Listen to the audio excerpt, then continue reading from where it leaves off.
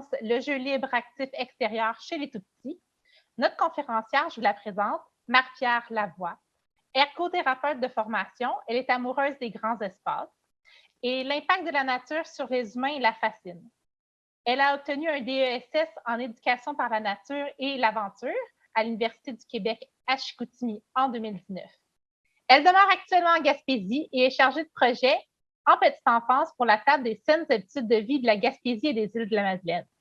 Cette table a déployé depuis septembre 2020 le projet Mission Jouer dehors, qui a pour but de favoriser le soutien et l'implantation du jeu libre extérieur et du plein air dans les services de garde éducatifs à l'enfance de la Gaspésie et des îles de la Madeleine. Elle est également nouvellement engagée comme chargée de projet dans la région du Bas-Saint-Laurent pour favoriser l'implantation de l'éducation par la nature dans les services de garde du territoire. Elle ne chôme pas, notre Marie-Pierre. Finalement, elle pratique également l'ergothérapie au CIS de la Gaspésie avec une clientèle pédiatrique. Je vous présente Marie-Pierre Lavoie. Bonsoir tout le monde. Merci pour cette belle introduction. Ça me fait vraiment plaisir d'être avec vous ce soir. Merci au Forum de la petite enfance d'Outaouais de m'avoir invité.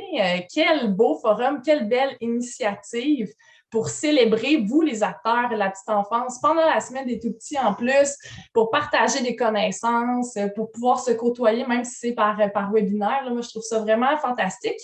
Merci à vous, chers participants, participantes, d'être là ce soir, d'avoir pris le temps de vous connecter après votre grosse journée de travail, après d'avoir réussi ou pas d'avoir couché les enfants. Donc, c'est vraiment, vraiment apprécié que vous soyez là.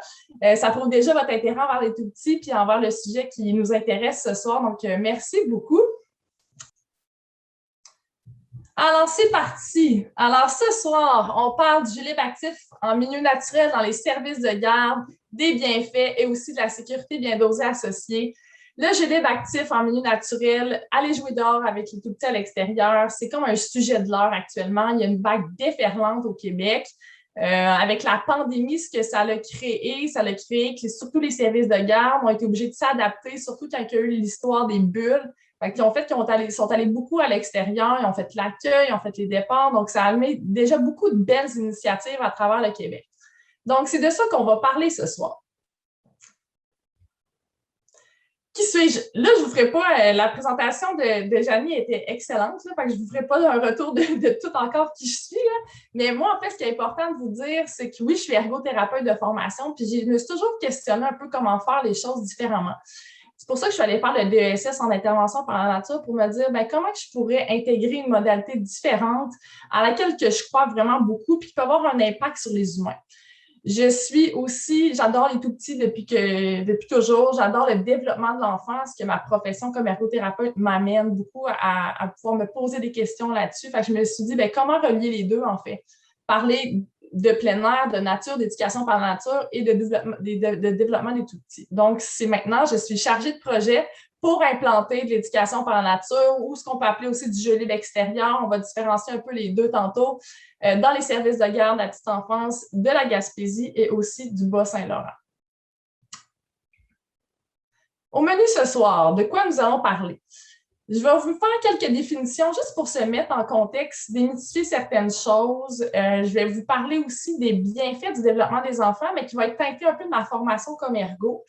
Je vais parler de la saine gestion des risques parce que quand on parle d'aller jouer dehors, c'est sûr qu'il y a toute cette question-là qui est comme le clou qui dit comment on fait pour aller jouer dehors avec ces enfants-là, qu'est-ce qui est risqué, qu'est-ce qui ne l'est pas, qui freine parfois aussi certaines expériences. On va parler des rôles de l'adulte, comment accompagner les enfants pour être sûr d'optimiser leur apprentissage quand on va jouer à l'extérieur avec eux. Je vais vous parler aussi des exemples de belles initiatives qui se font au Québec. Là, il y en a beaucoup actuellement là, de choses qui se font, mais je vais vous parler de ce que je trouve actuellement qui est un peu différent. Puis, je vais surtout vous présenter des listes de ressources disponibles. Ce que je souhaite après cette présentation-là, ça se voit un peu un teaser ou une introduction à tout ce qui est jeu libre extérieur en milieu naturel et sécurité bien dosée. Ce que j'aimerais, c'est que vous commenciez à vous questionner, que vous alliez chercher des ressources parce que je vais vous en donner, trouver des idées. Tantôt, c'est drôle parce que Mme Trottier, elle disait Essayer d'éviter de dire aux parents, l'enfant a passé une belle journée, j'ai noté ça. Puis moi, en tout cas, j'espère vous donner des idées pour aller à l'extérieur, pour donner des expériences, pour écrire autre chose dans vos journaux de bord, vos journaux de bord que l'enfant a passé une belle journée. Parce que quand on va dehors avec les enfants, qu'on s'en va en milieu extérieur, il y en a plein de choses qui se passent. Puis des fois, avec des petits riens, il y a des belles choses qui se passent. Donc, on va voir ça ensemble ce soir. Quelques définitions. Je parle de ça parce que ce que je vais faire, c'est comme un peu un continuum. On commence par la base, qui est le jeu libre actif. Le jeu libre actif, on s'entend, on entend parler depuis plusieurs années dans le développement de l'enfant, dans les services de garde, dans les milieux scolaires et préscolaires. Ça a été prouvé scientifiquement à quel point c'est important pour les enfants. Qu'est-ce que c'est? C'est que ça entraîne d'abord un mouvement chez l'enfant. Ça joue à différents degrés d'intensité. On peut avoir une intensité qui est sédentaire jusqu'à une intensité élevée. On va en reparler un petit peu plus tard aussi de ça, de l'impact de ça sur le développement de l'enfant. Il est choisi librement, puis il n'y a pas de règles précises. Tu sais, ce qui en ressort, là, c'est que c'est important, c'est que c'est la liberté du choix des mouvements, c'est la liberté d'utiliser la créativité de l'enfant, puis c'est la liberté d'arrêter de jouer. Théoriquement, là, dès que l'adulte entre en ligne de compte ou essaie de mettre des règles, c'est plus du jeu libre actif. Ça ne veut pas dire qu'il n'y a pas de règles, mais c'est que les règles sont vraiment définies par les enfants. Par exemple, quand ils se mettent une certaine hiérarchie, ils s'attribuent des rôles, toi, t'es le papa ou la maman, moi, je suis l'enfant. C'est tous des exemples comme ça qui disent que c'est l'enfant qui crée ses propres règles. Il y a plusieurs services de garde qui sont sensibilisés à ça. C'est même inclus dans plusieurs guides ministériels, dans plusieurs programmes. Tout est teinté de ça maintenant avec les enfants. On continue le continuum vers le jeu libre actif extérieur. Dans le fond, c'est pas compliqué, c'est du jeu libre actif qui se fait dehors. Okay? On peut dire un milieu naturel ou un milieu urbain. Ça pourrait être aller patiner sur la glace, aller dans un parc, aller jouer dans la cour du CPE. L'important, c'est que ça se fasse à l'extérieur. Il est prouvé que quand on va dehors avec les enfants, automatiquement, ça entraîne un niveau d'intensité qui est plus élevé. Je vous parlais des 4 niveaux. On a le niveau sédentaire, on a le niveau faible, moyenne et élevé. Souvent, quand les enfants vont faire du jeu libre actif extérieur, vont dehors, ils vont atteindre la catégorie de classe d'intensité moyenne élevée, puis c'est ça qu'on veut atteindre le plus possible chez les enfants, c'est ce qui est recommandé. Quand on pense que actuellement, la recommandation, c'est de faire à peu près 60 minutes d'écran pour les enfants en bas de moins de 4 ans. Il y a 15% des enfants qui réussissent à atteindre ça. Fait que c'est vraiment pas beaucoup. On veut à peu près 180 minutes de jeu à l'extérieur, puis on veut minimum 60 minutes de jeu à moyenne et intensité élevée. Donc, c'est vraiment important. Le jeu libre actif extérieur amène des opportunités pour atteindre ces standards-là.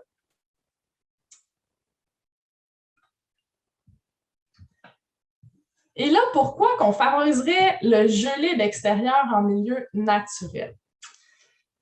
La première raison que j'ai écrit, c'est vraiment pour la qualité et la quantité des stimuli sensoriels qu'il y a présents dans un milieu naturel.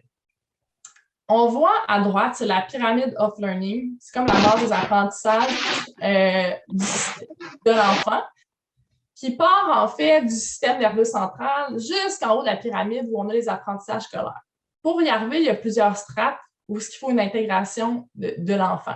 Le premier strate que vous voyez, c'est tout ce qui est le système sensoriel. On parle du visuel, de l'auditif, de l'olfactif, donc de l'odorat, du goût. La proprioception, c'est savoir où est son corps dans l'espace, du tactile et du vestibulaire. Plus l'enfant vieillit, plus son système nerveux central va maturer. Ce qui va lui permettre de faire une intégration sensorielle qui est optimale pour lui permettre d'apprendre des choses éventuellement. Ce qui est magnifique dans un milieu naturel, c'est que, comme je l'ai dit, la qualité et la quantité des stimuli est géniale. Par exemple, c'est sûr qu'on a besoin de stimuli sensoriels dans notre vie tous les jours. Dans la forêt, on a tout ce qui est visuel, les couleurs, le soleil, les couleurs des arbres, la couleur de l'herbe. Il y a vraiment plein de choses au niveau des odeurs, ça sent, il y a plein de choses au niveau des fleurs, au niveau des arbres qui peuvent nous stimuler au niveau de l'odorat. Après ça, au niveau proprioceptif et vestibulaire, ça amène tellement du jeu actif que grimper, marcher sur des roches, prendre un bâton pour marcher, il y a plein de choses qui favorisent toute cette intégration sensorielle-là, qui favorisent finalement les apprentissages. C'est sûr, c'est aussi un aspect important, c'est que c'est pour développer la créativité.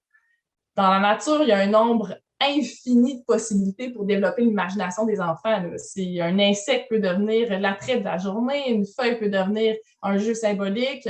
Il y a vraiment beaucoup de choses qui amènent la créativité chez l'enfant. C'est ça qui est beau de voir à quel point quelque chose de simple peut générer une activité, générer quelque chose qui entraîne quelque chose d'autre, puis qui peut occuper l'enfant pendant une grande période de temps, en fait. Puis, il y a aussi tout ce qui est son l'imprévisibilité, ouais, je vais le dire, unique de la nature. On va en reparler, mais c'est ça, qu'en milieu naturel, c'est pas contrôlé. Fait que ce qui arrive, c'est qu'il y a beaucoup d'inattendus. Ce que ça amène l'enfant à faire, c'est que ça l'amène à évaluer son environnement, à évaluer aussi, est-ce que j'ai les capacités pour faire telles activités. Ça lui permet de faire des défis à son propre rythme, parce qu'il n'y a pas de cadre, il n'y a pas de règles. Fait que c'est lui qui suit son propre rythme d'apprentissage.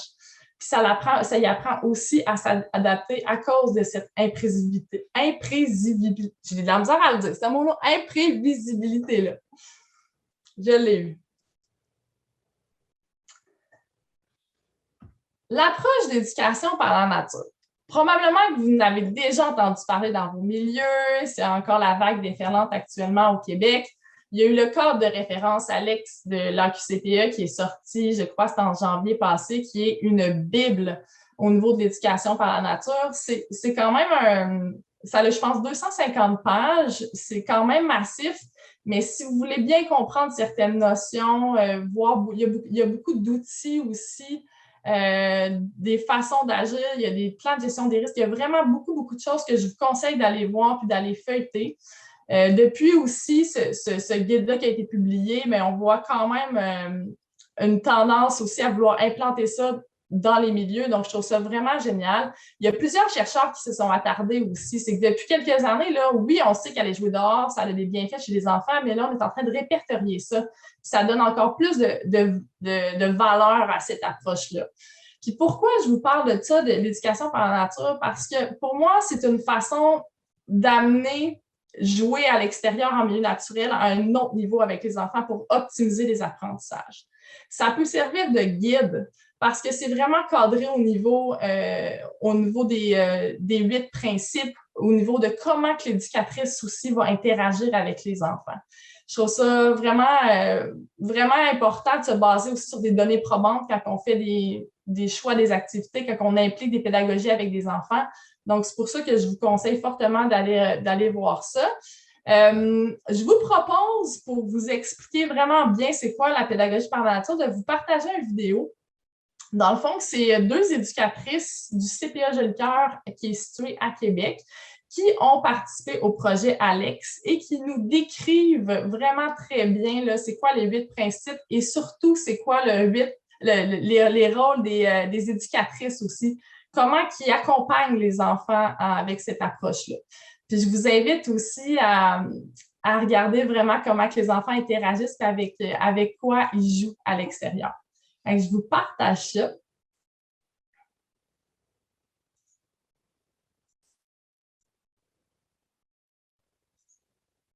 C'est parti.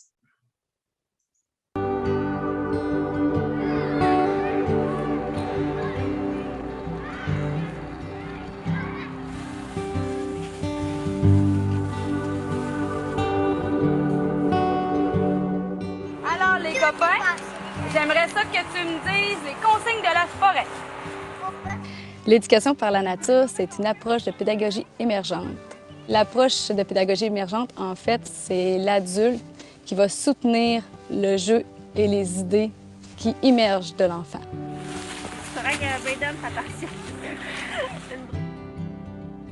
Il y a plusieurs principes qui sous-tendent l'éducation par la nature, dont la notion du temps. Il faut y aller souvent, régulièrement et en tout temps. C'est dans un endroit non aménagé, tel que la forêt, avec du matériel ouvert et polyvalent, comme des roches, des branches, des feuilles, de l'eau, du sable. C'est en partenariat avec la famille et la communauté. C'est aussi un éveil à l'écologie et à la biodiversité, la faune et la flore, pour que l'enfant soit curieux face à ce qui l'entoure dans la forêt, pour arriver à l'aimer et éventuellement à la protéger. C'est un milieu qui change au fil des saisons. Si par exemple, l'hiver, il y a une forte neige qui tombe, mais le sol se recouvre de neige et les enfants peuvent avoir un peu plus de difficultés à marcher. Donc, c'est un défi de plus pour eux à relever. Ça peut arriver qu'on voit le matin sur la neige des traces d'animaux. Au printemps, avec une forte pluie, les zones humides se remplissent d'eau et deviennent très boueuses. Alors, les enfants peuvent sauter par-dessus, sauter dans les flaques d'eau. L'été, on est chanceux parce qu'on peut faire vraiment une belle exploration des insectes, une découverte des insectes très riche. Alors, il va rentrer dans ton manteau. Et l'automne, les feuilles qui changent de couleur, les feuilles qui tombent au sol, c'est vraiment un décor très différent et on peut exploiter ce matériel nouveau de la forêt. Est-ce qu'il y en a qui ont des feuilles comme ça?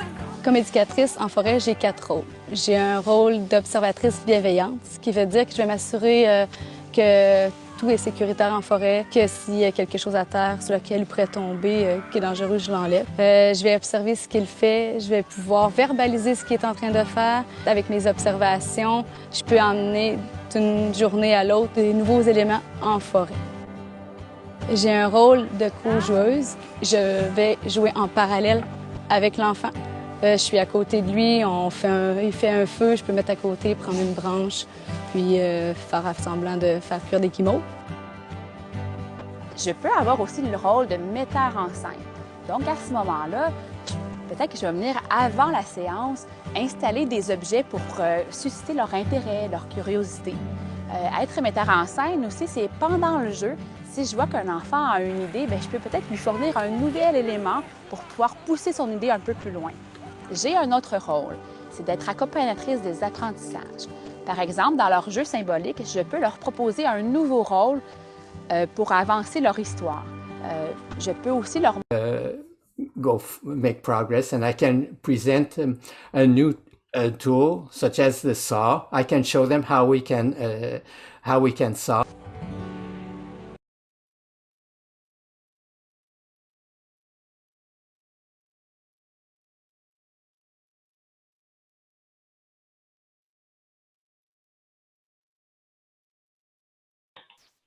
Marie-Pierre, ton micro, il est fermé.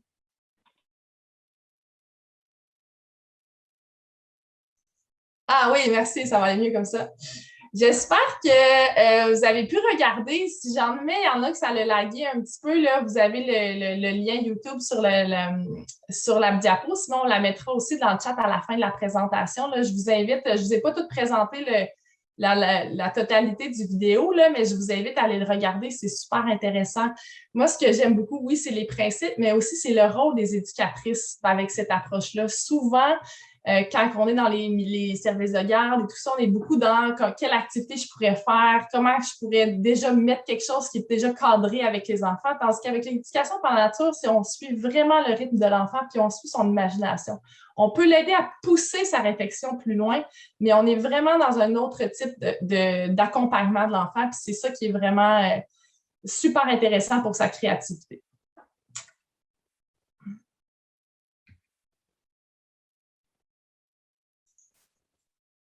Les bienfaits. Il y en a plusieurs, ça a été répertorié beaucoup. Comme je vous ai dit dans une des autres diapositives, en fait, ce qui est important, c'est que ça favorise l'intégration sensorielle qui est à la base du développement de l'enfant. Par les multiples stimuli, la qualité et la quantité, comme on disait, de stimuli sensoriels qui sont présents en milieu naturel. Ça favorise les habiletés de motricité globale, ça c'est sûr, de base, comme la force, la coordination, le contrôle postural. Puis je vais vous donner un exemple concret par la suite. Puis il ne faut pas oublier que les habiletés de motricité globale, c'est la base aussi de tout ce qui va être pour les apprentissages de la motricité fine. Donc, on parle ici des prérequis scolaires. Donc, à 0-5 ans, c'est vraiment important que ça se développe chez les enfants puis les exposer à des situations qui vont pouvoir développer ces habiletés-là. Ça favorise la prise de décision et donc l'estime de soi. L'enfant arrive, va vouloir faire une activité, marcher sur des roches, découvrir, grimper dans des arbres parfois, puis il va prendre des décisions par rapport à ça, il va vivre des réussites, puis ça va favoriser l'estime de lui-même. Ça, un autre point qui est super important, c'est que ça reconnecte avec la nature. On sait actuellement, là, les enfants sont en déficit nature. Ça a été encore prouvé au niveau scientifique. Il y a beaucoup, beaucoup d'écrans. Le temps passé devant les écrans augmente de plus en plus. La conscience environnementale diminue. Donc, c'est vraiment une façon, plus on est en contact avec la nature, plus on veut la protéger. Donc, pour moi, cette notion d'éco-responsabilité-là est vraiment aussi très importante dans la notion de pédagogie par la nature. Puis c'est aussi un des 8 principes de Alex, en fait. Puis c'est une modalité qui fonctionne avec les enfants présentant des particularités. On n'en parle pas tant que ça, mais c'est sûr que moi, comme ergothérapeute, ça me parle. Puis tous les enfants qui ont des problèmes comme TDAH, c'est prouvé qu'ils sont beaucoup, beaucoup, beaucoup plus calmes parce qu'ils dépensent, mais en même temps, c'est beaucoup plus cadré au niveau des stimuli. Les jeunes autistes aussi, ça fonctionne super bien. Donc, ça peut être une modalité des amener en milieu naturel qui fonctionne bien. Surtout qu'en service de garde, on sait qu'il y en a de plus en plus qui fréquentent les services de garde, actuellement les enfants qui ont des particularités. Des astuces. L'objectif de cette présentation-là, c'est pas nécessairement de vous dire « OK, on change tout un service de garde, puis on change complètement notre pédagogie ou juste mon milieu familial ». C'est plus de vous demander que vous réfléchissez sur comment je peux aller plus longtemps, plus souvent dehors. Puis ça, en fait, c'est juste vous qui savez où vous êtes rendu, puis jusqu'où vous voulez aller présentement. Souvent, une des problématiques qu'il y a en service de garde, c'est comment diminuer les fameuses transitions. Rentrer avec les enfants habillés, déshabillés, ça peut être assez compliqué, surtout quand les enfants sont en quête d'autonomie et sont en train d'apprendre ça.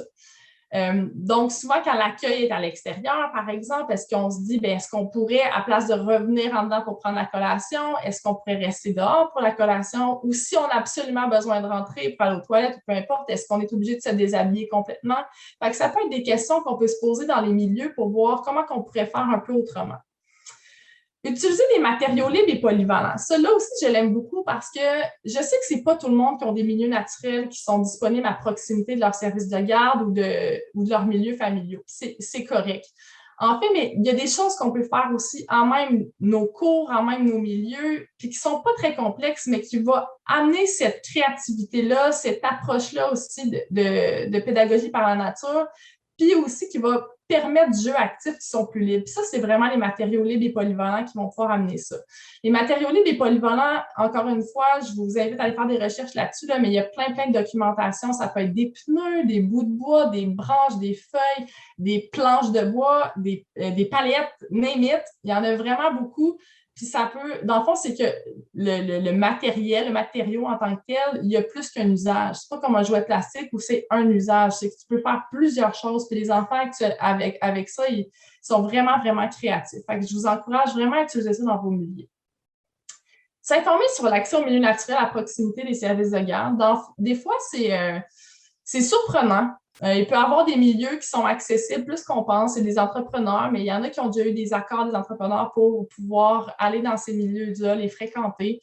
Donc, je voudrais, ça peut être des parcs qui sont proches aussi de votre service de garde. Donc, je vous dirais de vous informer sur qu'est-ce qui est possible de faire proche de chez vous. Établir un camp de base en milieu naturel. Si vous avez un milieu naturel, le camp de base, c'est vraiment l'idéal parce que c'est quand même... Ça permet d'amener une certaine sécurité à l'enfant. Ça permet aussi, de partir du camp de base, de baliser un territoire qui va pouvoir être exploré par les enfants puis qui va vous permettre de plus facilement assurer une surveillance qui est adéquate aussi. Ça peut être aussi d'apporter des outils pour susciter l'intérêt. Là, je parle d'outils, là, ça peut être des guides plastifiés. Il y a les guides éclairs qui sont géniaux, là, sur les champignons, sur les plantes, sur les arbres, sur les insectes.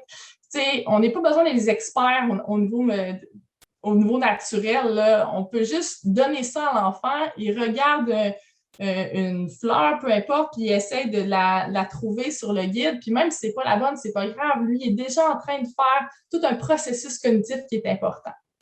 Ça peut être des livres. Lire des histoires en forêt, là, c'est vraiment priceless. Là. Ça donne comme un autre cadre, un autre niveau d'intérêt au niveau des enfants. Ça peut être des filets à papillons, des loupes, des choses qui peuvent susciter leur intérêt. Puis surtout quand on commence à aller en milieu naturel ou en forêt, des fois, les enfants sont un peu déstabilisés. Ceux qui ne sont pas allés beaucoup, ils ne savent pas trop quoi faire. Qu'est-ce que je fais? Je suis habituée d'être dans la cour du CPE, puis là, j'arrive en forêt, je ne sais pas trop quoi faire. Fait que des fois, ça, ça peut aider. Ce qu'elle disait, une des éducatrices dans le vidéo, c'est d'être metteur en scène. Fait que ça peut vous aider à créer des contextes de jeu que les enfants vont pouvoir embarquer puis développer leur propre créativité. Je vais y aller. S'il y a des questions tout de suite par rapport à ce que j'ai vu, parce que je vais séparer ma présentation en plusieurs sections. Donc, avant d'aller à la prochaine section, est-ce qu'il y a des questions? Caroline, dans le chat, est-ce que tu vois quelque chose? Dans le clavardage, présentement, il n'y a pas de questions, mais on a un commentaire de Shona Louise qui dit que nous sommes très chanceux là, au Québec d'avoir des belles saisons différentes pour explorer avec nos enfants. Il faut en profiter. Vraiment. Là, on vient de finir l'automne. L'automne, c'est assez magnifique parce que la température au niveau de l'extérieur, il fait pas trop chaud, pas trop froid. Il y a des changements qui se passent qui sont magnifiques. Il y a aussi, souvent, c'est plus humide, donc les insectes sont vraiment à proximité. On enlève une roche, puis là, c'est comme, il y a plein d'insectes, puis les enfants, ils font plein de découvertes. Les feuilles avec les couleurs, les odeurs qui sont vraiment plus fortes. Donc, oui, on est vraiment chanceux au Québec. Puis là, l'hiver arrive. Puis là, l'hiver, souvent, les gens, ils disent on a un CPE ici en Gaspésie qui ont commencé cette pédagogie-là. Puis les éducatrices, quand on a commencé l'année passée, ils ont dit nous, par exemple, notre limite, c'est qu'on n'ira pas l'hiver. L'hiver, il fait trop froid, c'est trop compliqué avec les enfants, l'habillement.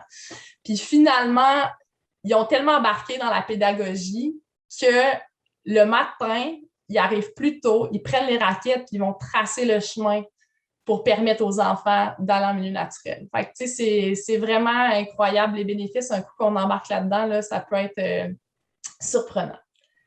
On a une question.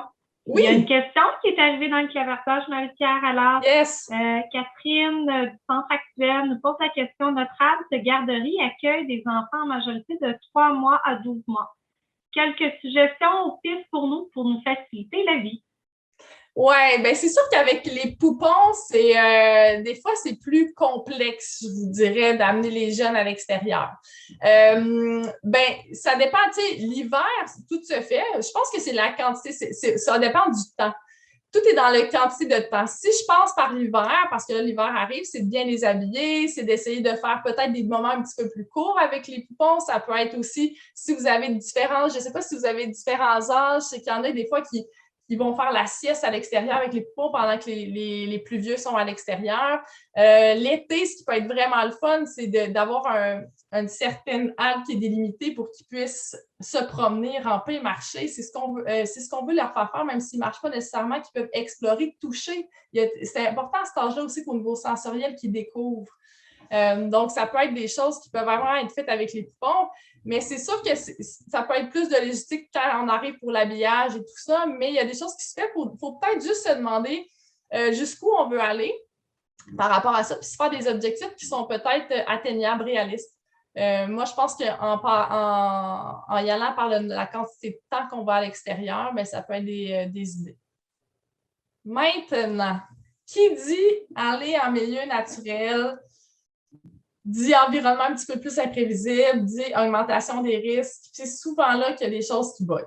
Avant de parler de prise de risque saine, je vous invite à regarder 4 images que j'ai mises. Je vais vous les décrire parce que je ne sais pas si vous les voyez bien. Là. En haut à droite, c'est 3 enfants qui grimpent dans un arbre. En bas, il y a un accident de voiture, clairement. En bas à gauche, c'est un petit garçon qui joue au soccer qui semble être blessé. Puis en haut à gauche, c'est un petit garçon qui est clairement sur une tablette. Fait que je vais vous laisser quelques secondes juste pour réfléchir à, selon vous, quelle activité ou quelle situation cause le plus de risques chez l'enfant. Fait que probablement, je vous aurais donné la parole puis que ça aurait été différent d'une personne à l'autre. Si on prend les images une à une, on prend le petit garçon, par exemple, en haut à gauche qui est sur l'écran. Bon, on sait que l'écran, c'est prouvé depuis plusieurs années, que le temps passé sur les écrans, au niveau juste regarder sa posture, comment son cou est fléchi, au niveau des yeux, au niveau de l'attention, à quel point ça peut avoir un impact néfaste sur les enfants aussi. Donc, il y a un risque à être sur l'écran.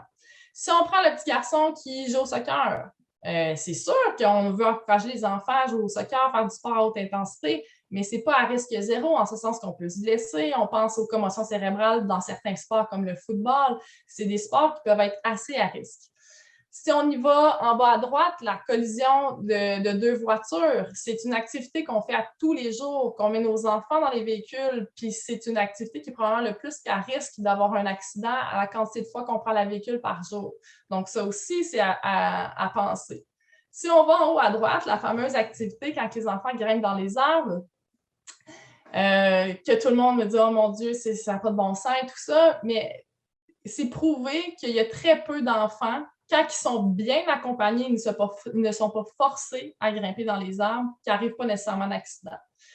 C'est juste des situations de la vie de tous les jours qui peuvent nous faire réfléchir que dans le fond, ce que je veux faire voir là-dedans, c'est que l'atteinte du risque zéro dans la vie, c'est impossible. Puis la société, depuis quelques années, elle a voulu tendre à ça. Elle a voulu chercher à éliminer toute situation pour comporter de risques en mettant beaucoup de cadres, beaucoup de règles. Il y a aussi beaucoup de poursuites un moment donné. Il y a eu cette étape-là. Ce qui fait qu'on a beaucoup encadré et sécurisé les enfants. Sauf que c'est prouvé que pour avoir des bénéfices, pour que les enfants puissent prendre des décisions, pour qu'ils fassent des apprentissages, pour qu'ils acquièrent de nouvelles habiletés, il faut un certain risque. Comment gérer ça, c'est ce qu'on va voir.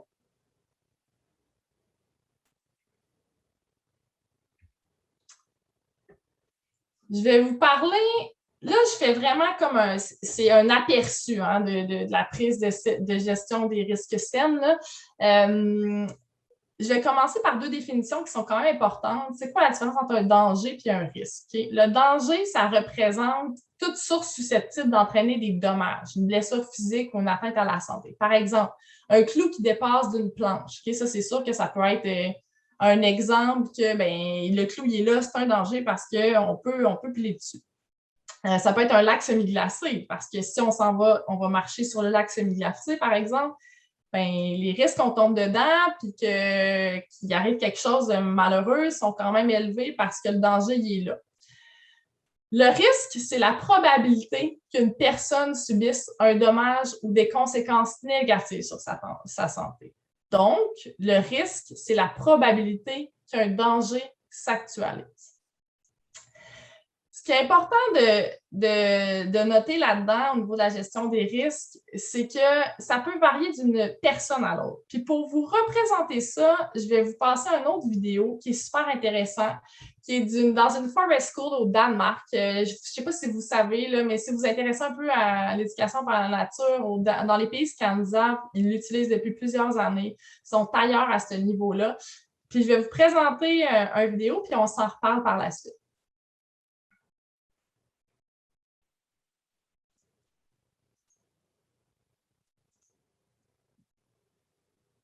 C'est un petit coin de forêt où les bûcherons sont hauts comme 3 pommes.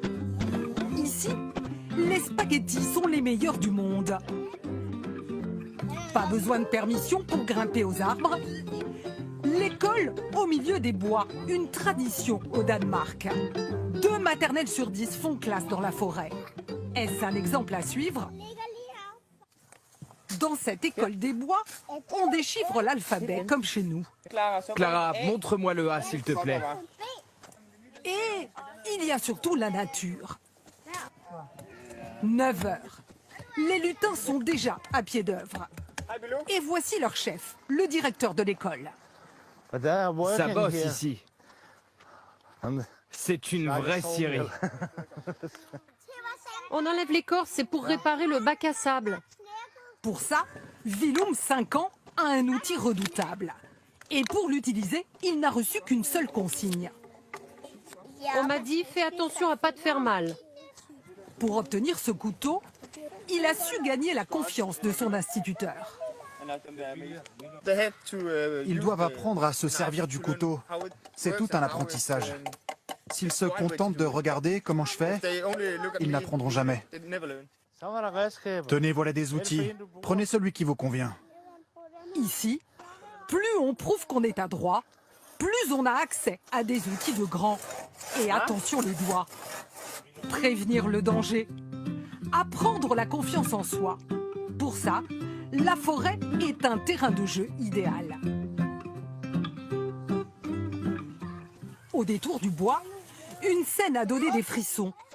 Perchés dans les pins sans filet à 6 mètres de haut, des lutins de 4 ans. Et vous n'avez jamais eu d'accident? En 27 ans, on a eu un bras cassé, c'est tout. Ils sont libres, mais sous surveillance. Et c'est justement ça qui plaît aux parents. Vous savez que votre fils grimpe à 6 mètres de haut tout seul dans les arbres? Oui, je sais. Et ça ne vous inquiète pas? Non, pas du tout. Il fait ça depuis 2 ans et il n'est jamais tombé. Des parents pas plus inquiets de savoir leurs enfants dehors tout l'hiver. Mais l'hiver, dehors, il fait froid. Oui, mais on les habille. Et quand il pleut? On met des vêtements de pluie. C'est pas un problème. L'école dans la nature. Une idée de la pédagogue Ella Flata. Super. Donc, je vais revenir à ma présentation. Donc, je ne sais pas si ça a suscité des émotions chez vous. Habituellement, quand on regarde ça, il y en a qui disent « Ah, c'est capoté, c'est bien le fun », mais en même temps, il y a beaucoup de choses là-dedans, l'utilisation des outils. Il y a quand ils montent haut dans les arbres, ça surprend quand même là, dans notre société actuelle. Fait que c'est pour ça que probablement que chaque personne ici qui a regardé la vidéo a eu un sentiment qui est différent, puis c'est correct.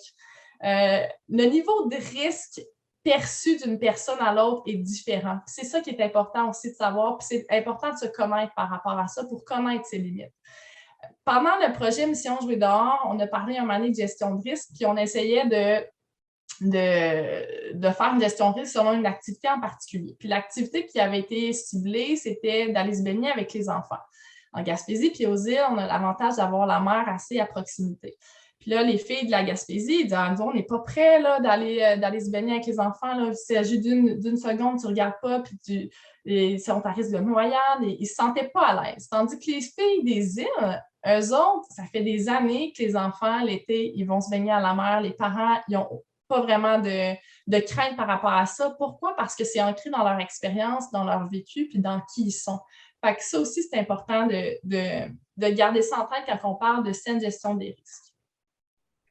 Et la sécurité. Pourquoi qu'on parle de sécurité bien dosée? Parce que la sécurité, ça ne suppose pas l'élimination de tous les dangers, mais plutôt leur contrôle. La sécurité, c'est un besoin fondamental de l'être humain. C'est ça qu'il ne faut pas oublier ça. Puis quand on parle de sécurité bien dosée, je vais vous expliquer c'est quoi plus tard un petit peu, mais je vous invite à aller voir tout d'abord un document, probablement que vous connaissez, qui est la table sur le mode de vie physiquement actif qui fournit ça, qui explique vraiment toutes ces notions-là, puis qui vous donne des outils concrets au niveau de la gestion des risques. Donc, je vous invite à aller voir ça pour vos milieux, pour essayer de commencer à réfléchir sur qu'est-ce qui pourrait être fait dans vos milieux. Toutes ces ressources-là, je vais vous les présenter aussi dans un document qui va être accessible à tout le monde à la fin de la présentation. La zone de délicieuse intertitude. Avant de parler de sécurité bien dosée et d'équilibre, ce qu'on va parler, c'est de zone de délicieuse intertitude. Cette zone-là, c'est la zone dans laquelle les enfants vont apprendre. Si le niveau d'habileté de l'enfant est trop élevé versus le niveau de difficulté de la tâche, bien, ça fait du sens qu'il va s'ennuyer. Si c'est le contraire, si le niveau d'habileté de l'enfant est trop bas versus le niveau de difficulté de la tâche, ce que ça va créer, c'est de l'anxiété, de l'inquiétude, puis ça peut créer de mauvaises expériences qui fait que l'enfant, finalement, ça n'augmentera pas son estime, mais ça peut la diminuer. Fait que ce qui est important, c'est de rester dans cette zone-là. Puis comment qu'on peut rester dans cette zone-là? C'est bien sûr en connaissant bien l'enfant puis en respectant son rythme.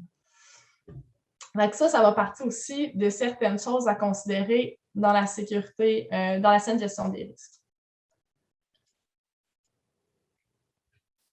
Alors finalement, la sécurité bien dosée, c'est quoi? C'est une approche qui favorise la prise de risque qu'on a parlé, qui est acceptable et bénéfique pour l'enfant au développement de la personne, au développement de l'enfant, tout en mettant un cadre sécuritaire qui tient compte à la fois de plusieurs choses, d'un environnement physique, de l'équipement personnel, de l'encadrement et des attitudes des personnes. Je vais vous donner un exemple concret aussi après. Fait, comment qu'on fait ça? C'est la grande question. Premièrement, l'évaluation du risque. Je vous ai mis, vous avez la photo, vous avez la version anglaise, mais il existe la version française qui s'appelle l'évaluation risque-avantage du jeu extérieur. C'est la boîte à outils du Child Nature Alliance, excusez mon anglais, mais il sera aussi disponible dans les ressources. Là-dedans, encore une fois, je vous invite à aller consulter ça pour la gestion des risques. Il y a plein d'outils qui peuvent être utilisés dans vos milieux et qui sont simples. Dont un des outils qui favorise l'évaluation du risque d'une activité. Pour arriver à ce processus-là, il y a deux choses. Il y a la dimension objective du risque, qui peut par exemple être les paramètres environnementaux, l'environnement physique, l'équipement, l'encadrement, la météo. C'est toutes des choses qu'il faut considérer quand on choisit une activité avec des enfants. Deuxièmement, c'est quoi l'activité? Est-ce que ça implique des notions comme grimper, comme courir, être près d'un cours d'eau? Fait que ça, c'est des choses aussi qu'il faut analyser. Puis aussi tout l'aspect au niveau humain, mais l'aspect qui est objectif. Par exemple, la fatigue des enfants, c'est une bonne journée. Si c'est un enfant qui n'a pas bien dormi, est-ce que ça peut avoir un impact sur comment il va gérer une activité, sur son comportement lors de cette journée-là? Puis aussi de l'expérience. L'expérience de l'enfant, mais l'expérience aussi de l'adulte. C'est sûr que quand on commence à aller en forêt, on ne va pas faire nécessairement les mêmes activités que quand on a un petit peu plus d'expérience, puis c'est normal. Ça nous permet, dans le fond, de faire une bonne évaluation des risques. Puis il y a toute la dimension subjective. En fait, c'est comme je vous expliquais, c'est son sentiment propre de sécurité par rapport à une activité. Puis ça, c'est important qu'on sache parce que souvent, ce n'est pas la même chose. Puis c'est important de le respecter.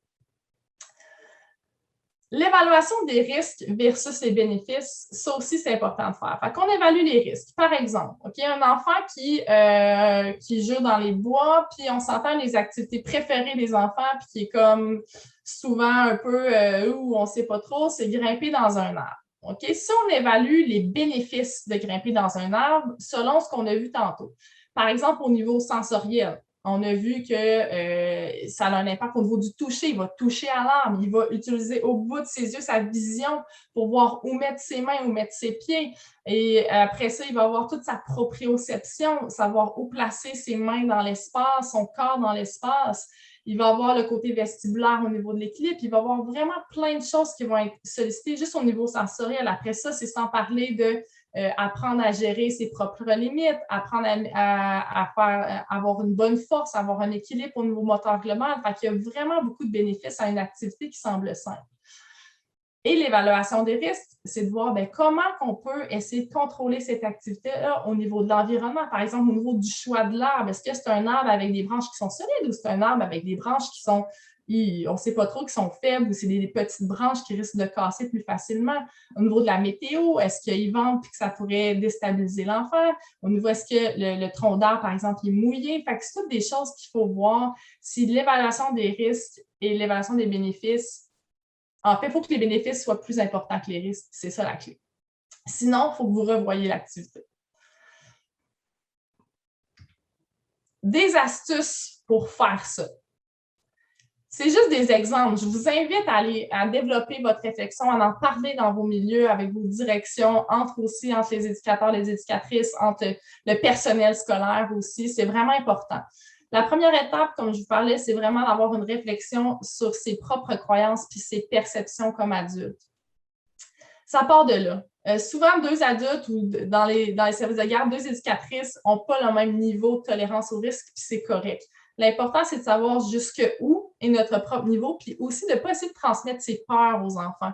C'est souvent ça qu'on fait. On a eu des expériences personnelles, tout le monde en a, c'est normal, qui fait qu'on a peur des hauteurs, on a peur des insectes, peu importe, mais ça, c'est important de dire à l'enfant, mais c'est mes peurs à moi, c'est pas les siennes. Donc, dire, si tu veux prendre l'insecte, moi, je suis moins à l'aise, mais oui, vas-y, ou tu vas pouvoir le faire avec tes parents. Si vous n'êtes pas à l'aise de grimper dans un arbre, parfait, aujourd'hui, on ne grimpera pas, mais si tu veux le faire un autre jour ou avec tes parents, ou peu importe, c'est de ne pas lui transmettre ces peurs-là, c'est vraiment important. Inspecter l'environnement avant une sortie en milieu naturel, ça aussi, c'est un élément clé. Voir, y a-t-il des arbres morts, des branches mortes, y a-t-il des choses que, par exemple, qu'il y a eu, je ne sais pas, il y a eu des pluies, puis ça a créé, le ruisseau est plus haut que d'habitude. Ça, c'est vraiment important de vérifier ça avant d'aller en milieu naturel. Établir un plan de gestion des risques. À quoi ça sert, ça, un plan de gestion des risques? C'est super important. Ça détermine, c'est quoi les risques majeurs. Vous vous asseyez en équipe, soit avec l'école ou avec le service de garde, puis vous dites, c'est quoi les risques majeurs que l'enfant ait à l'extérieur sur les activités que vous faites majoritairement dans vos milieux. Puis vous dites, OK, ben c'est quoi le pire scénario, puis comment je peux essayer de contrôler ça? Contrôler les dangers, en fait. Fait que ça, c'est des choses qui peuvent être faites. Ça sécurise les éducatrices, les directions, ça peut être aussi les enseignants et surtout les parents. Donc, ça peut être vraiment génial à faire. Connaître les habiletés des enfants, respecter leur rythme. On ne veut jamais pousser un enfant qui n'est pas prêt à faire quelque chose. Ça, c'est la base. On veut l'accompagner, être observateur bienveillant, comme les éducatrices parlaient dans les principes d'éducation par la nature. Bien, c'est ça, en fait aussi. Faire l'évaluation des risques et bénéfices, comme je vous ai parlé tantôt. Toujours être actif lors des sorties extérieures. Ça, là, je le trouve vraiment important. On n'est jamais passif, même si on n'est pas toujours impliqué dans le jeu des enfants. On est toujours en mode observation, en mode communication avec l'enfant pour lui faire réfléchir sur ce qu'il va faire. S'il veut grimper dans un arbre, bien, OK, est-ce que tu crois que la branche est assez solide? Est-ce que tes mains sont à la bonne place? Du faire vraiment réaliser certaines choses par lui-même. Puis utiliser le mentorat pour des activités extérieures aussi, ça, c'est vraiment le fun. Souvent, on voit la vague qui déferle, il y a des éducatrices, il y a des enseignants, des éducateurs qui sont plus à l'aise à aller dehors. Fait que c'est de prendre ces mentors-là pour moi, puis de les jumeler avec d'autres gens qui ont moins d'expérience pour leur dire, bien, OK, regarde les bénéfices. T'sais, on n'a pas parlé aussi de toutes les interactions avec les enfants entre eux, mais c'est incroyable, les interactions au niveau du langage, au niveau de la collaboration. Fait que ça peut être vraiment bien de jumeler aussi des groupes ensemble. Autre période de questions par rapport à ce sujet-là, la gestion des risques. Est-ce qu'on a des questions? Pour le moment, Marie-Pierre, dans le clavardage, il y a des commentaires au niveau de être maman poule. Donc, oui! La gestion des risques, là, c'est un défi peut-être pour certaines participantes autour de notre table Zoom. Moi, pour ma part, je suis une maman danoise. Donc, nous autres, on a manipulation d'outils, là. Donc, les scies et les couteaux à bois, là, c'est quelque chose de commun là, avec mes enfants. Donc, on a en effet deux possibilités d'appropriation du jeu libre à l'extérieur de la nature. C'était super intéressant ce que tu avais partagé. On a également dit que c'était vraiment intéressant les idées que tu apportais, puis ça nous apportait une vision beaucoup plus concrète là, pour la suite du jeu libre à l'extérieur. Super, mais oui, hein, puis là-dedans aussi, c'est pas d'être trop dur envers soi-même et d'être bienveillant là-dedans. Là. La gestion des risques, c'est un monde. C'est juste, ça part de se connaître soi-même pour aller un petit peu des fois au-delà de nos limites avec les enfants. Puis après ça, il y a des belles choses qui se passent, mais c'est l'expérience qui le fait. Faut le vivre. C'est même, je vous l'explique ce soir, mais il faut le vivre avec les enfants pour comprendre les bienfaits, les bénéfices, puis comprendre le sourire, les yeux pétillants d'un enfant qui vient de faire une activité qu'il n'a jamais faite de sa vie. Là. Fait que, tu sais, comme grimper dans un arbre ou peu importe c'est quoi, là, utiliser, traverser un ruisseau, n'importe quoi, c'est vraiment incroyable. Alors, je poursuis sur des initiatives inspirantes au Québec.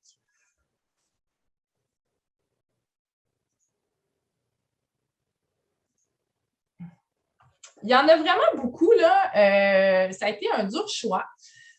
J'en ai choisi 4 qui sont assez différentes les unes des autres. Puis l'objectif de ces initiatives-là, c'est juste de vous inspirer puis vous dire que ça se peut. Bref, ça se peut. Fait qu'il faut juste faire des pas en avant puis de voir tranquillement mais sûrement, mais ça se peut. Fait que la première initiative, c'est le CPS J'ai le cœur à Québec. En fait, c'est les 2 éducatrices qui parlaient dans le premier vidéo que je vous ai présenté. J'ai eu la chance d'aller visiter ce CPE-là, d'aller dehors aussi avec les enfants, avec Roxane que vous avez vu, qui est magique comme éducatrice. Puis ce qui est bien, en fait, c'est que, bon, là, on s'entend, c'est un milieu super optimal, là, mais ça a été construit, là, je pense, 3 ou 4 ans, la bâtisse, puis ça a vraiment été teinté par cette pédagogie-là. Ce qui fait que l'image de la cour extérieure là, que vous voyez, il n'y a presque pas de jeux en plastique. C'est beaucoup du matériel libre et polyvalent. On voit des pneus, on voit du bois, on voit du paillis, on voit un potager aussi. Ça, c'est génial. On n'a pas parlé de ça, mais les potagers aussi, ça peut être vraiment cool avec les enfants. Donc, c'est vraiment le fun. Puis aussi, on voit l'intérieur. Fait que vous voyez, là, à droite, il y a une photo de l'intérieur.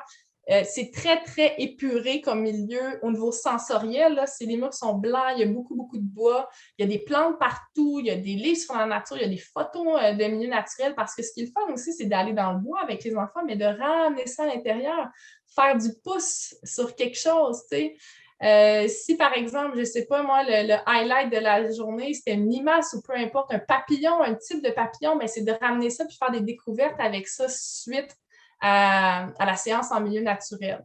Puis le boisé, bien, c'est sûr, là, le boisé est très accessible. Là, ils sont chanceux pour ça. Là, ça se fait à pied, puis il est à côté du service de garde. Puis ce qui est beau aussi de voir, c'est que ces enfants, ça fait plusieurs années qu'ils sont habitués. Fait que moi, j'étais avec un groupe de 4-5 ans quand je suis allée, mais c'est tous des enfants qui y vont depuis 2 ans, 3 ans dehors. Donc, c'est comme eux autres, là, le milieu naturel, ils sont à l'aise. Là, c'est incroyable. Il n'y a aucune discipline qui se fait là. Ils ont des repères visuels. Les enfants ne dépassent pas ça. Ils sont très habitués. Ils ont des places pour utiliser des outils. Ils font des cercles fermés pour utiliser des outils comme des sciates et des choses comme ça. Puis ils sont toujours accompagnés d'un adulte, bien évidemment. Là. Donc, c'est un beau milieu. Je vous parle un peu de Mission Jouer dehors, qui est un des projets que j'ai fait ici en Gaspésie et aux îles, qui a été un petit peu présenté tantôt par Janie, je crois. C'est en fait un projet qui voulait de favoriser le soutien et l'implantation de tout ce qui est jeux, libre, actif, extérieur, mais surtout de plein air dans les services de garde. C'était vraiment plus une introduction. Puis ce qu'on a fait, dans le fond, on a fait 4 capsules de 2 heures qui ont été données. C'est de la formation théorique en collaboration avec le programme d'éco-éducation par la nature de l'ASC du Cégep de Rivière-du-Loup. Ça a été fait sur mesure par rapport aux besoins des services de garde en Gaspésie. Ça a vraiment été génial parce qu'on a eu plus de 8 CPE qui se sont inscrits, 20 RSG. Ça fait 45 éducatrices qui ont été formées. On a fait 2 cohortes, une pour les CPE, une pour les RSG. On a fait aussi des communautés de pratique pour que les gens échangent entre eux. Et c'est vraiment important, ça, les échanges. Il y a tellement de choses qui se font. C'est vous qui êtes les acteurs des milieux, qui connaissez les enfants, vous vivez des expériences, vous savez ce dont ils ont besoin. Fait que partager ça, c'est vraiment important. Donc, on a fait ça, on a fait des groupes Facebook aussi. Puis, on a visité les milieux, bien évidemment. On est allé dans les CPE pour vraiment les accompagner plus concrètement selon les besoins, qui changent d'un milieu à l'autre quand même. Mais en général, c'est juste le fun parce qu'on voit quelques exemples. Il y a des CPE là-dedans qui n'allaient vraiment pas dehors avant la pandémie. Puis là, avec la pandémie, on sait que ça a développé cette tendance-là, surtout à cause des bulles, comme j'expliquais. Puis que là, depuis 1 an, ils ont vraiment adopté. Puis là, ils sont même rendus un petit peu plus loin à pousser un peu leur réflexion par rapport aux interactions entre les enfants, les éducatrices, les éducateurs. Donc, c'est vraiment intéressant de voir ça. Au grand air, je vous parle de ça parce que c'est un autre type d'initiative qui est intéressante, qui a été élaborée au Saguenay-Lac-Saint-Jean. C'est une fille avec qui j'ai étudié au DSS en intervention par la nature et l'aventure. Puis, ce qui est intéressant, en fait, c'est que Gabrielle, elle a parti ça, elle sortait de l'école comme en adaptation scolaire, elle venait de faire le DSS, puis eux autres, ils vont directement dans les milieux, autant dans les écoles que dans les services de garde, même dans les camps d'été, je crois, pour faire l'essai d'activité en milieu naturel. Fait qu'on voit à gauche, ils cuisent la bannique sur un feu, puis à droite, c'est une séance de pleine conscience avec des petits cocos. Moi, je vois l'image, puis je trouve ça capoté, là, juste avec tous les arbres, la lumière, les enfants qui sont couchés, c'est tellement paisible et calme et inspirant. Donc, ils font ce type d'activité-là. Puis pourquoi je vous présente ça? Parce qu'il y a plein d'autres initiatives au Québec de ce type-là qui peuvent aller directement dans vos milieux. Puis je pense que c'est une bonne façon, une bonne première approche des fois à s'exposer à ça, puis à voir c'est quoi les bienfaits sur les enfants sans nécessairement être responsable des activités ou des séances en milieu naturel. Donc, c'est pour ça que je vous partageais ça. Puis, un autre exemple qui est différent aussi, qui est un milieu familial, qui est la SDG, c'est une service de garde, en fait, là, je pense que c'est privé. Sommet pour demain, qui se situe à Sainte-Christine d'Auvergne, en Port-Neuf. Je vous ai mis l'adresse Internet. Je vous invite à aller visualiser le petit vidéo qu'ils ont fait à format familial à Télé-Québec qui explique vraiment bien leur projet. C'est un couple qui visait un peu l'autosuffisance puis qui ont une cocotte puis qui ont décidé de faire un milieu de garde un petit peu plus adapté, comment ils voyaient là, selon leur philosophie personnelle. Donc, ils ont créé un service de garde, puis les enfants, je pense qu'ils sont dehors 6 heures sur 7, là, c'est comme capoté. Puis l'intérieur, vous voyez, c'est vraiment des matériaux libres et polyvalents, puis la majorité, je pense même des jouets sont créés par l'éducatrice. C'est même, je pense que la fille maintenant d'éducatrice, elle s'implique là-dedans, donc c'est vraiment inspirant comme milieu aussi. Je vais passer tout de suite aux ressources avant de revenir sur les questions. Je vais vous partager une boîte à outils que j'ai créée, qu'on a créée dans le cadre du projet Mission Jouer dehors de la table des saines habitudes de vie de la Gaspésie et des îles. Il y a plein de ressources là-dedans, puis je trouverais ça important, mais je vous souhaite d'aller la consulter, en fait, là, parce que ça peut vous donner des idées. Je vais juste vous partager un peu à quoi ça ressemble. Vous avez l'adresse Internet, c'est accessible à tous. J'essaie de la mettre le plus souvent possible à jour. Il y a beaucoup de documentation là-dedans. Il y a des documents de travail québécois là, que vous connaissez. Galet disait les potirons, on n'en est pas parlé, là, mais ça aussi, là, tout ce qui approche d'éducation par la nature, c'est teinté de certains principes aussi qui sont inscrits ou inclus plutôt dans Gazelle et potirons. Il y a le projet Alex que je vous parlais. Il y a la sécurité bien dosée aussi, la table de mode physiquement actif, donc je vous ai glissé un mot tantôt. Il y a plein d'outils d'utilisation du jeu actif et du plein air à la petite enfance. Attention, Enfants en mouvement, qui est un programme qui a été super pertinent aussi, qui introduisait un peu tout ce mouvement-là, puis qui donne aussi des outils puis des liens intéressants. Je descends.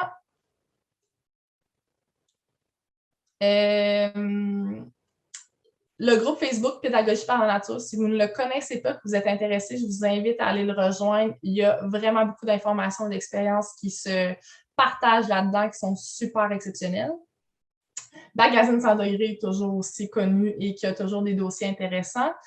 Les offres de formation, vous irez voir, il y a plusieurs types de formations. Plus ça va, plus ça pousse. J'en ai mis quelques-unes que je juge vraiment pertinentes. Puis il y a aussi Assoiffé par la nature, je pense que ça s'appelle, qui n'est pas dedans, mais qui en donne vraiment des belles que je n'ai pas le temps de mettre à jour. Donc, vous avez différentes formations et vous avez quelques exemples de services de garde qui utilisent cette pédagogie-là. Donc, ça peut être des beaux contacts parfois et des vidéos super intéressantes.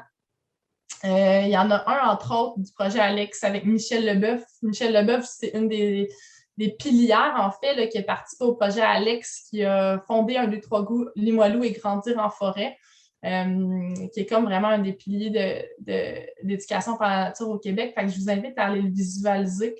Il y en a un autre aussi sur Sylvie Gervais, qu'elle, en fait, elle a fait coop Enfants Nature, qui est située à Shawinigan, qui est très intéressant aussi.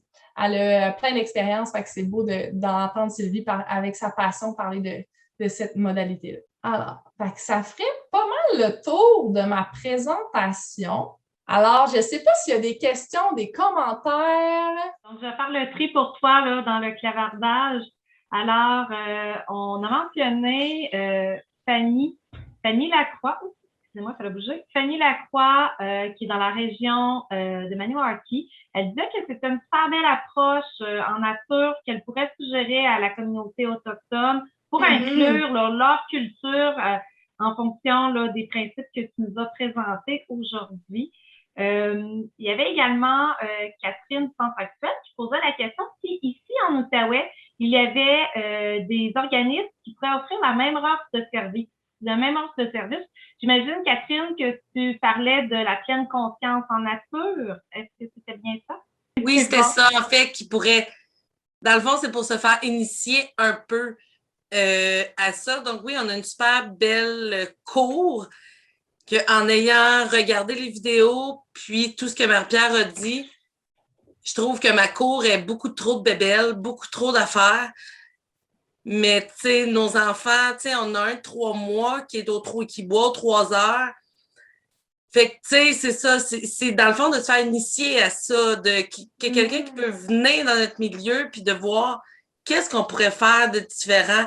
Oui, on est 2 éducatrices, mais c'est ça, tu sais, on a 2 bras, ils veulent tous la même chose au même moment, donc c'est ça, c'est d'apprendre dans le fond, puis moi, c'est quelque chose qui m'intéresse beaucoup.